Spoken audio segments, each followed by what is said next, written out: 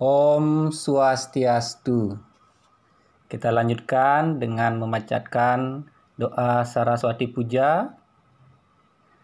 Om Saraswati Namastubhyam Warade Kamarupini Siddharambam Karaksyami Sidir Bawan Tume Sadem. Lanjutkan dengan tepuk PPK. Religius, nasionalis, mandiri, gotong royong, integritas.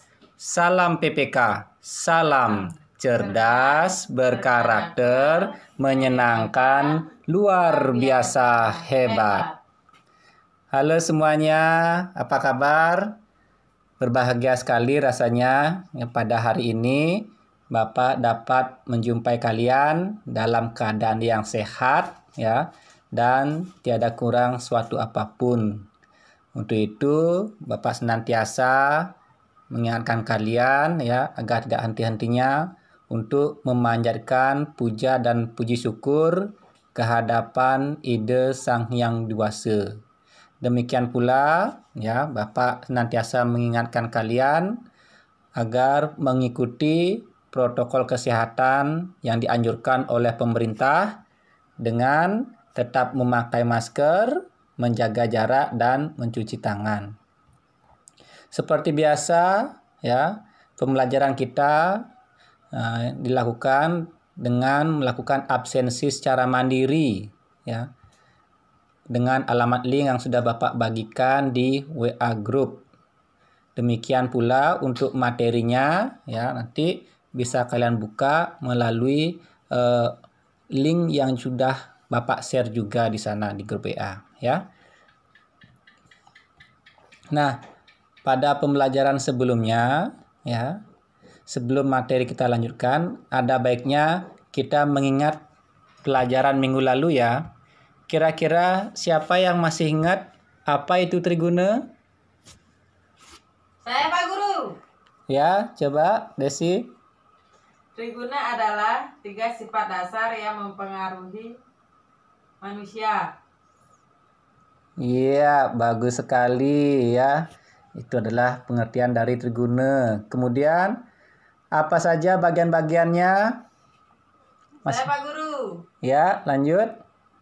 Bagian-bagiannya adalah 1. Satuang, 2. Rajas, 3. Tamas. Iya, bagus sekali ya. Jadi itu bagian-bagiannya. Sekarang coba siapa yang masih ingat? Jelaskan masing-masing bagian triguna. Saya Pak Guru. Ya. Penjelasannya adalah 1. Satuang artinya kebaikan, 2. Rajas artinya penuh nafsu, 3. Tamas artinya kebodohan. Iya, bagus sekali ya. Kita berikan tepuk tangan dulu. Nah, anak-anak, itulah materi kita minggu lalu ya. Anak, pada materi pelajaran sesi kedua ini, Bapak sampaikan dulu ya yang menjadi kompetensi dasarnya. Yang pertama adalah menghayati ajaran triguna dalam mengharmoniskan kehidupan beragama. Yang kedua, menghargai seseorang yang dapat mengharmoniskan diri dari ajaran triguna. Yang ketiga, mengetahui konsep triguna dalam kehidupan. Dan yang keempat, menyajikan konsep triguna dalam kehidupan ya. Nah, berikutnya ya, perlu juga Bapak sampaikan tahapan-tahapan dalam pembelajaran ini. Yang pertama adalah membuat grup belajar ya. Jadi kalian nanti akan membentuk kelompok. Kemudian yang kedua pemberian tes dan kuis ya, dengan pemberian presentasi sedikit. Kemudian yang tiga adalah penghargaan individu. Langkah keempat adalah penghargaan kelompok. Langkah berikutnya yang kelima adalah pengembalian hasil tes dan kuis ya. Nah, anak-anak, semuanya. Di masa pandemi ini, Bapak harapkan juga pada kalian agar tetap semangat ya untuk mengikuti pelajaran dan mengisi diri dengan berbagai ilmu pengetahuan. Karena dengan ilmu pengetahuan yang kalian miliki dapat membantu kalian menjalani kehidupan ini dengan lebih mudah dan lancar. Baiklah, sesuai dengan langkah-langkah pembelajaran yang sudah Bapak sampaikan tadi ya. Sekarang kita bentuk kelompok dulu ya. Jadi untuk kelas 8C Bapak bagi dalam 5 kelompok. Kelompok pertama dari nomor absen 2 sampai dengan absen 7 dengan ketuanya IKadek Mertejaya. Kelompok kedua dari absen 8 sampai absen 13. Ketuanya Iputu Eka Surya Suputra. Kelompok 3 absen 14 sampai absen 19 dengan ketuanya Niketut Ayu Desi. Kelompok 4 dari absen 20 sampai absen 25 dengan ketuanya Niputu Trisna Ardianti. Ya. Berikutnya kelompok 5 dari absen 26 sampai dengan absen 32 dengan ketuanya Putu Novi Rismayanti. Ya. Untuk kelas 8D kelompok 1 dari absen 1 sampai absen 6 ketuanya Ayu Komang Cahayaning Bulan. Kelompok 2 absen 7 sampai absen 12 dengan ketuanya Iputu Angga Putra Adnyana. Kelompok 3 absen 13 sampai 19 dengan ketuanya Loh D Intan Pratiwi. Kelompok 4 dari absen 20 sampai absen 25 ketuanya Nikomang Dian Pratiwi. Kelompok 5 dari absen 26 sampai absen 32 dengan ketuanya Niputu Eka Sri Wahyuni. Ya. Kemudian kelas 8E kelompok 1 dari absen 1 sampai absen 6. Ketuanya adalah Ana Agung Gede Bagus Wiswa Wasista. Kelompok 2 dari absen 7 sampai 12. Ketuanya I Gusti Ayu Pratnyan. Kelompok 3 dari absen 13 sampai 18. Ketuanya Kadek Pandi Sri Devi. Kelompok 4 dari absen 19 sampai 25. Ketuanya Made Devani Rismayuni. Dan kelompok 5 dari absen 26 sampai 32. Ketuanya adalah Nova Divyayanti Maharani. Kelas 8F kelompok 1 dari absen 1 sampai nomor 6. Ketuanya Idewa Ayu Indah Tri Cahyanti. Kelompok 2 dari absen 7 sampai 12. Ketuanya Iputu Nova Ardana.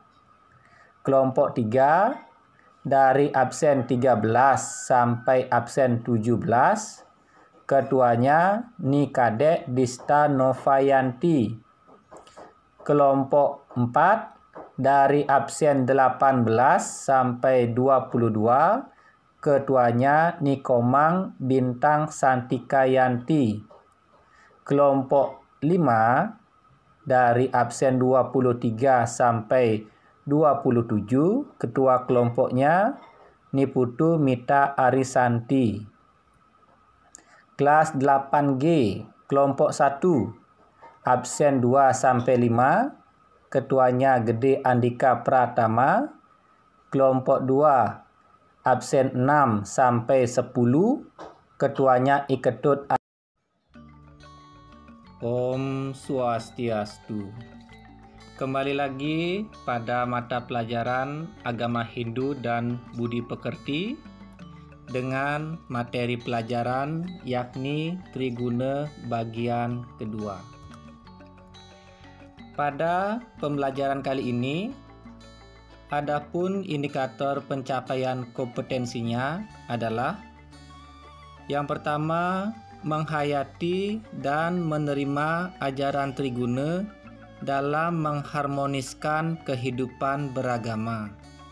Yang kedua, menghargai perilaku yang mencerminkan tentang ajaran Triguna dalam mengharmoniskan kehidupan beragama.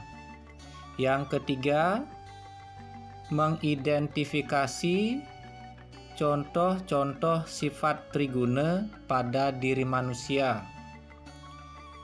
Yang keempat, menyebutkan pengaruh Triguna pada diri manusia. Dan yang kelima, menampilkan sloka-sloka terkait Triguna. Sebelum materi dimulai, ada baiknya kita bahas sedikit dulu pembelajaran pada minggu lalu. Jadi, pada pertemuan minggu lalu, kita sudah membahas tentang pengertian Triguna, bahwa Triguna adalah 3 sifat dasar yang mengikat atau mempengaruhi manusia. Dari bahasa Sanskerta, tri yang berarti 3 dan guna yang berarti sifat.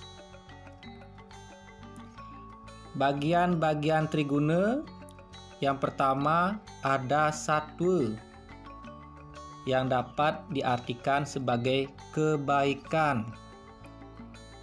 Bagian kedua dari Triguna adalah rajas atau nafsu. Dan yang ketiga adalah tamas atau kebodohan. Kemudian pada pembelajaran minggu lalu disebutkan pula ciri-ciri masing-masing bagian Triguna.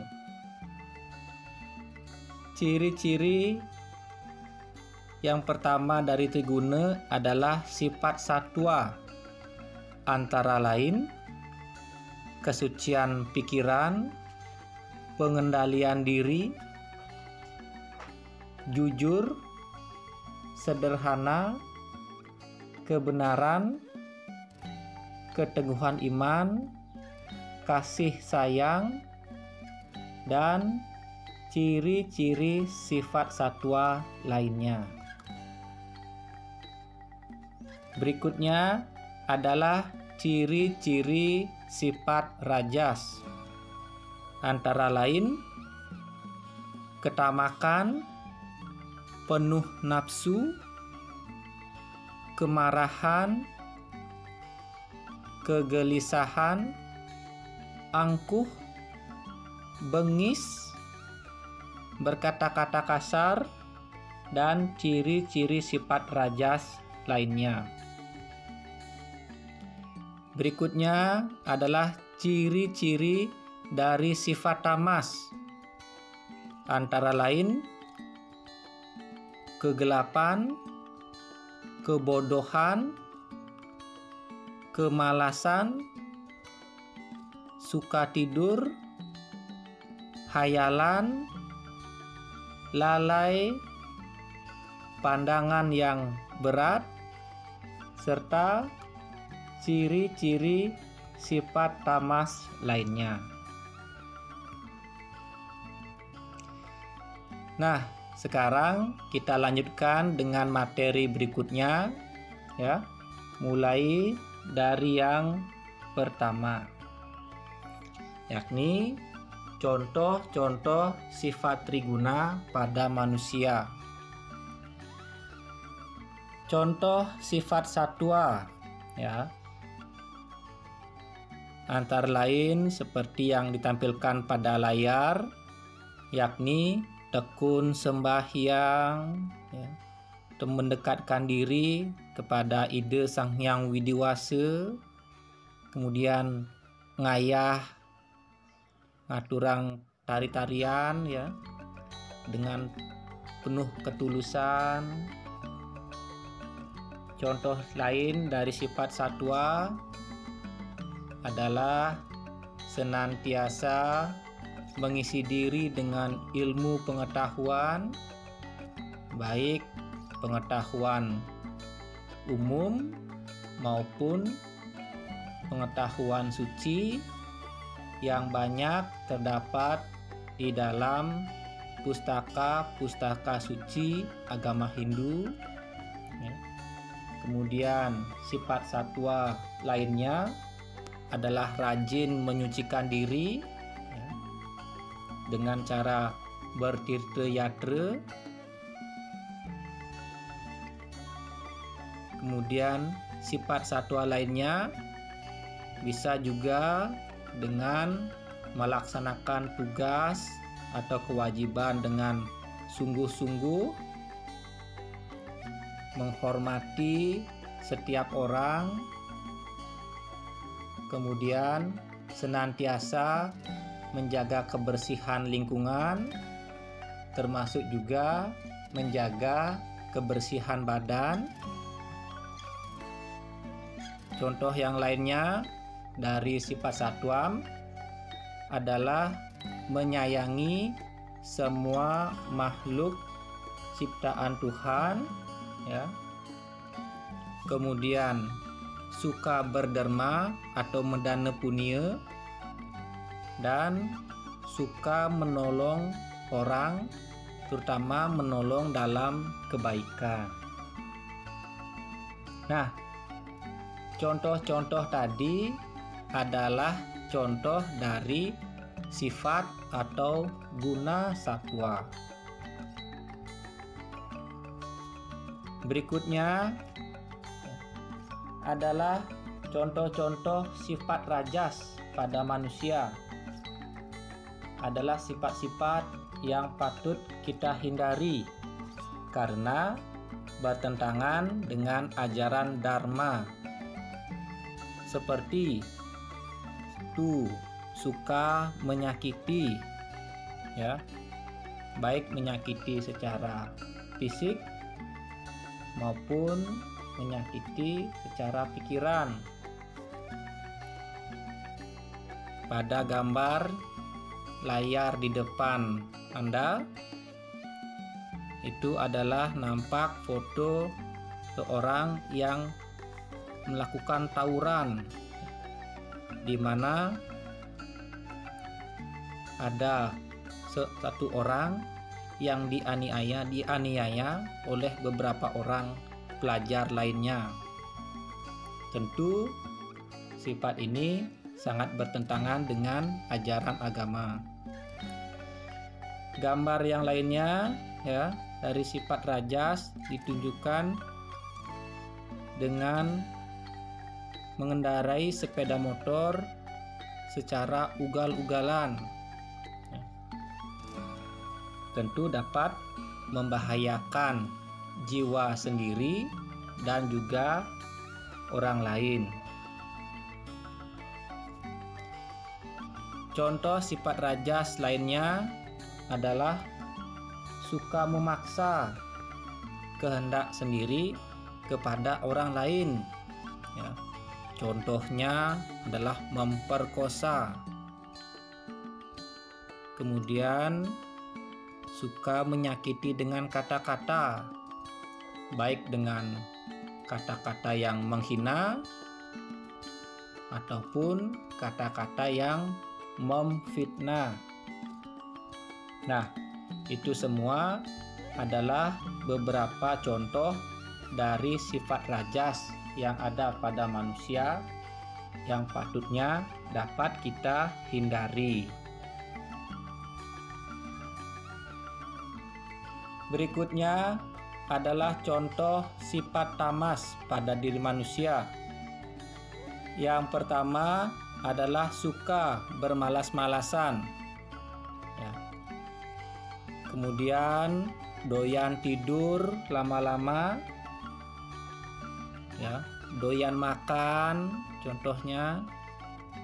Kemudian lamban dalam mengerjakan pekerjaan.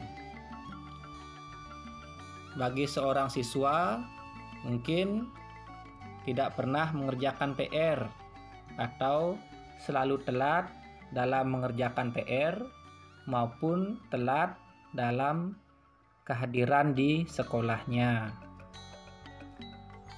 Kemudian contoh dari sifat tamas lainnya adalah kemampuan berpikir yang sangat lemah, lesu, dan tidak bersemangat dalam bekerja. Seperti pada contoh di layar depan Anda. Berikutnya, contoh sifat tamas yang ada pada diri manusia adalah sering melalaikan tugas. Nah, dengan sering melalaikan tugas, tentunya tidak saja merugikan diri sendiri, tetapi juga merugikan orang lain.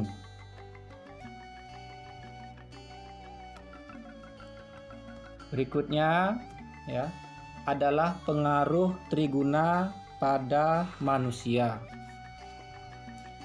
Disebutkan di dalam Pustaka Suci Waraspati Tattwa Sloka 20. Apabila satwa pikiran itu, maka Atma akan mencapai moksa. Kemudian, jika satwa dan rajas sama besarnya, maka Atma itu akan mencapai alam surga. Jika satwa dan rajah dan tamah sama-sama besarnya, maka ia pun akan terlahir kembali di alam manusia. Sedangkan jika sifat rajah yang lebih mendominasi, maka ia akan terlahir di alam neraka. Dan yang terakhir, jika seseorang lebih dinominasi oleh sifat tamah, maka ia akan terlahir sebagai binatang dan tumbuh-tumbuhan. Jadi, kita tahu bahwa antara satwa, rajah, dan tamah itu selalu bergejolak, saling mempengaruhi dan saling mendominasi. Bila di antara mereka salah satunya mendominasi, maka ia akan masuk atau sampai ke dalam alam moksakah, sorgakah, manusiakah, neraka, atau menjadi binatang dan tumbuh-tumbuhan, tergantung guna manakah yang mendominasi dari ketiganya itu.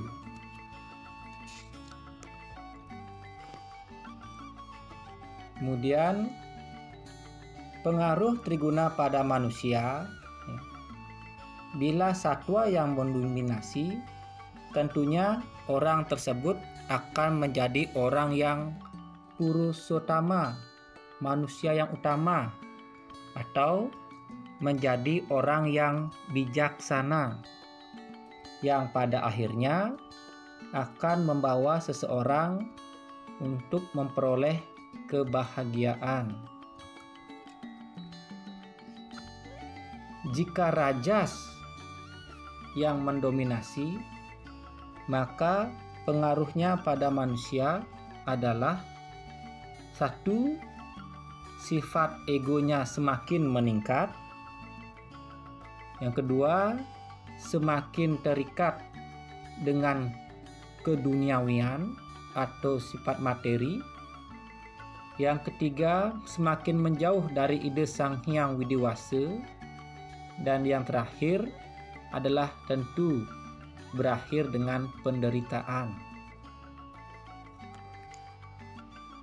Sedangkan pada sifat guna tamas, hanya penderitaan sajalah yang akan diterimanya. Menerangkan hal ini, Bapak kutip dalam Pupuh Ginanti sebagai berikut. Minap liu subetau kadine mungguh ring aji jatin sengsara punika metu saking tingkah pelih saking ketambetan tambet dadi dasar sedih. Jadi demikian disebutkan bahwa kebodohan itulah yang menjadi dasar dari kesengsaraan. Nah, berikutnya adalah sloka-sloka yang terkait dengan Triguna. Dalam Pustaka Suci Agama Hindu ada 2 kitab atau pustaka suci yang terkait dengan Triguna. Yang pertama adalah Wrespati Tattwa dan yang kedua adalah kitab Bhagavad Gita.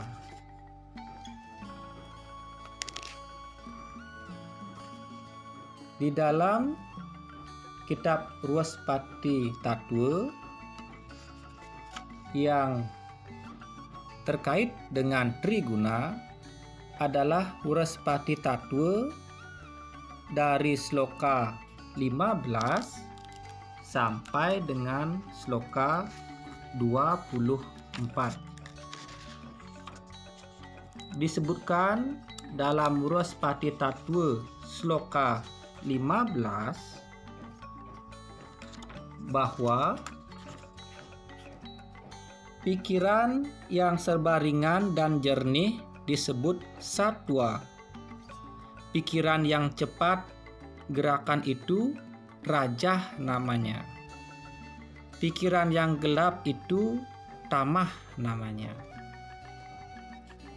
Jadi dari petikan sloka di dalam Wrespati Tattwa sloka 15 kita ketahui bahwa satwa itu adalah pikiran yang serba ringan dan jernih.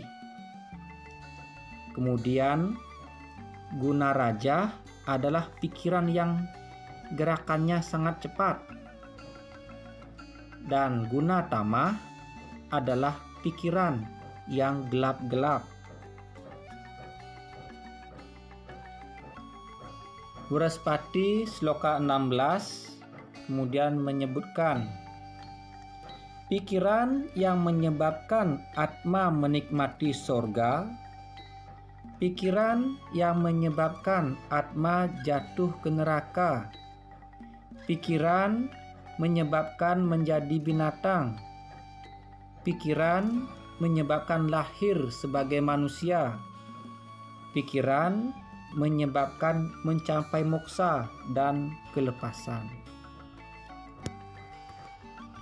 Nah, apa saja sebabnya?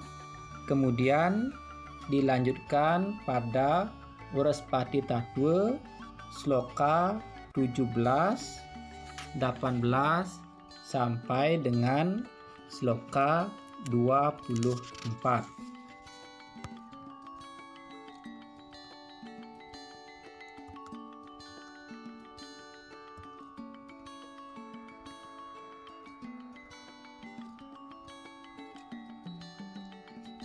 Di samping kitab Bhrospati Tattva, ada juga disebutkan di dalam kitab Bhagavad Gita.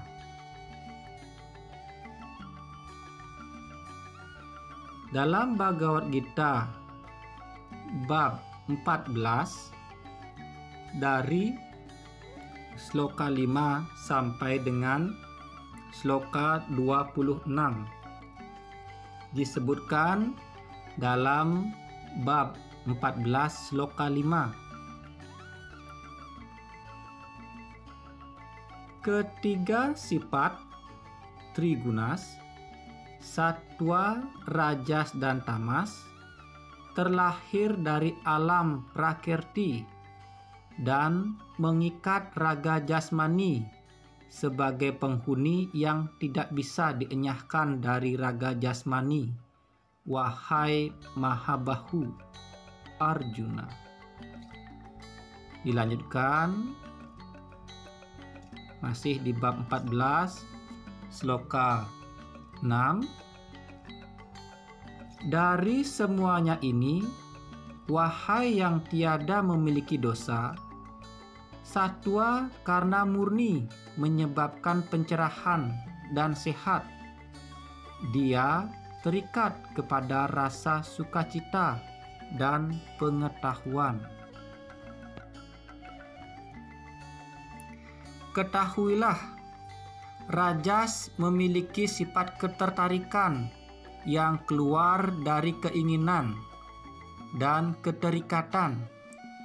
Dia mengikat kencang kepada perbuatan oleh dia yang memiliki raga jasmani.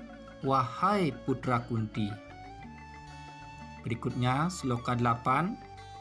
Tetapi ketahuilah bahwa tamas terlahir dari ketidaktahuan dan membingungkan semua makhluk yang memiliki raga jasmani.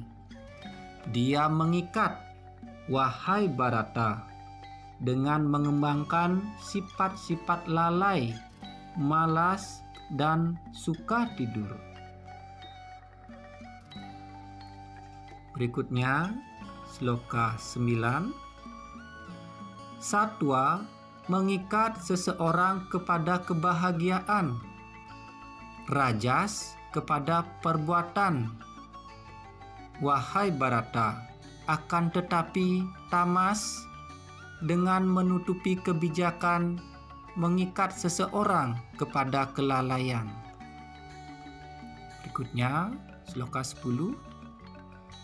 Sifat Sattva menonjol dengan mengalahkan Rajas dan Tamas, wahai Bharata. Sifat Rajas menonjol dengan mengalahkan sifat Sattva dan Tamas, dan bahkan Tamas menonjol dengan mengalahkan sifat Sattva dan Rajas. Sloka 11.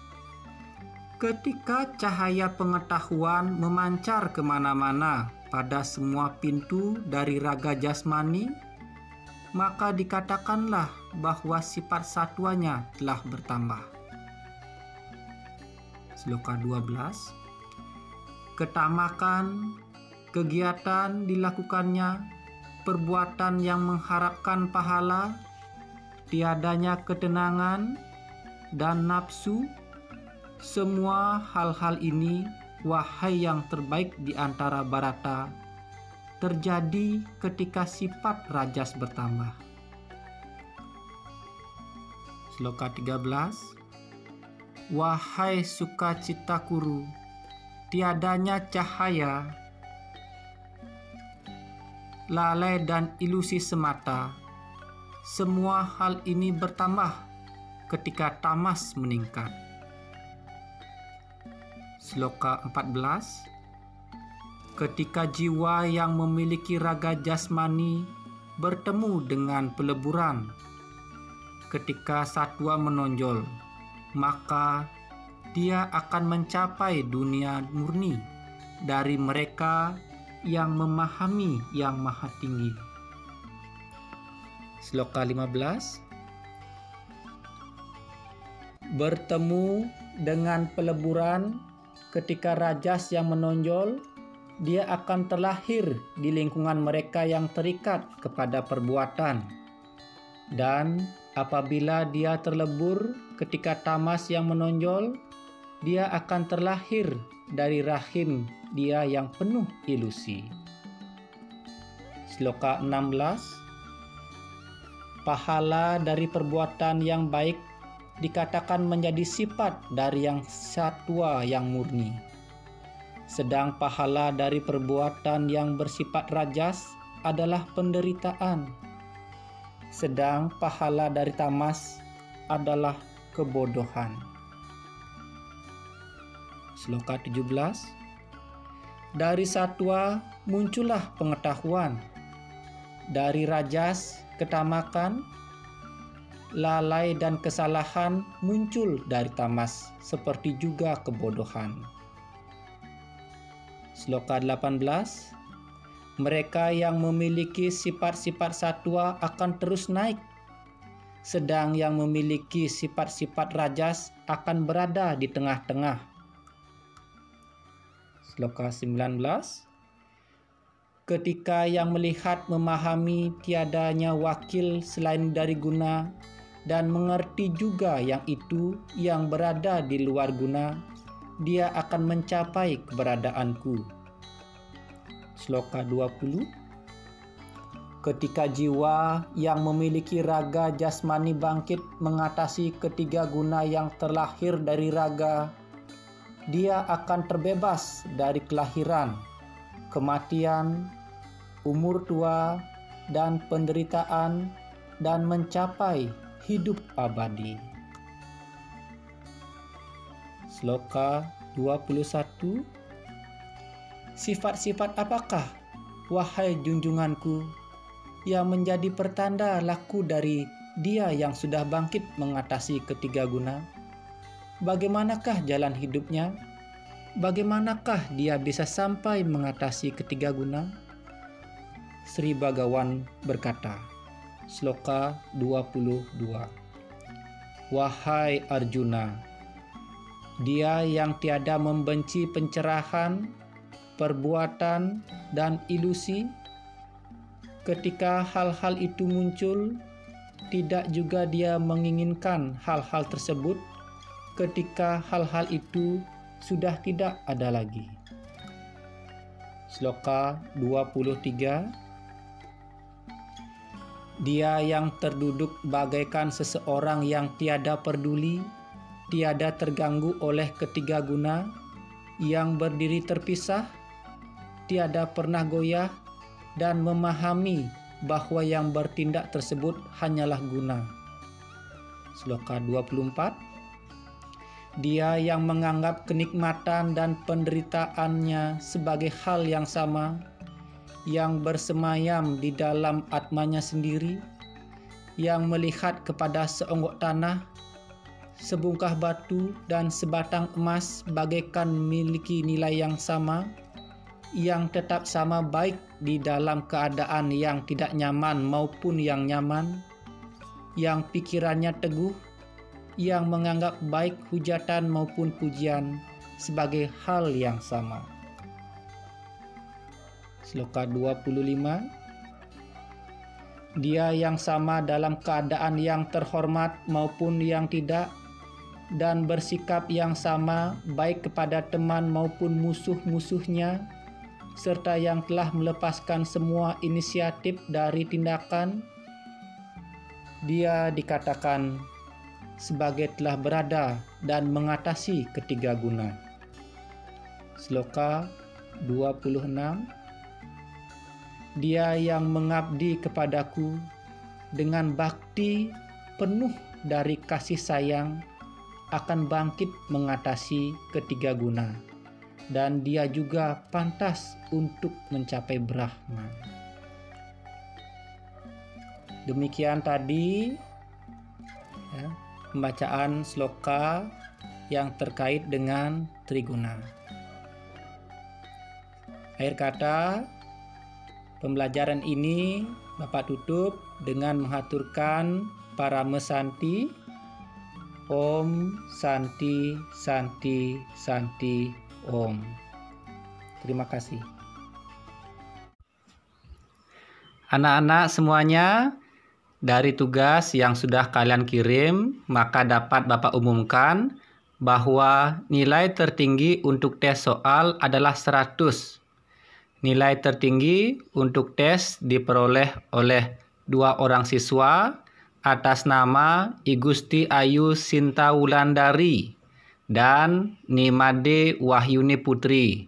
Selamat ya Sinta dan Putri. Kita berikan tepuk tangan. Nah, dari hasil tes yang kalian peroleh, maka kelompok yang paling tinggi nilainya adalah kelompok 4, yakni kelompok yang dipimpin oleh Nikomang Dian Pratiwi. Selamat ya, dan mari kita berikan tepuk tangan sekali lagi. Sampai di sini, apakah ada hal yang ingin ditanyakan mengenai materi yang kita pelajari? Nah, anak-anak semuanya, demikian kegiatan belajar mengajar kita hari ini. Bapak sangat puas sekali dengan semangat dan antusias kalian mengikuti pelajaran hari ini. Tetap dipertahankan ya, dan ingat, tingkatkan terus prestasi kalian juga dengan rajin mengisi diri. Untuk kegiatan pembelajaran berikutnya, yakni mengenai triguna bagian 3. Sekian pembelajaran kita kali ini. Semoga bermanfaat dan mohon maaf bila ada kekurangan dan hal yang tidak berkenan selama Bapak mengantar materi ini. Sebelum kita tutup, mari kita ucapkan mantra guru. Om Guru Brahma, Guru Wisnu, Guru Dewa Maheswara, Guru Saksat Param Brahma, Tasmai Sri Gurave Namah. Kita tutup dengan Parama Santi. Om Santi, Santi, Santi, Om.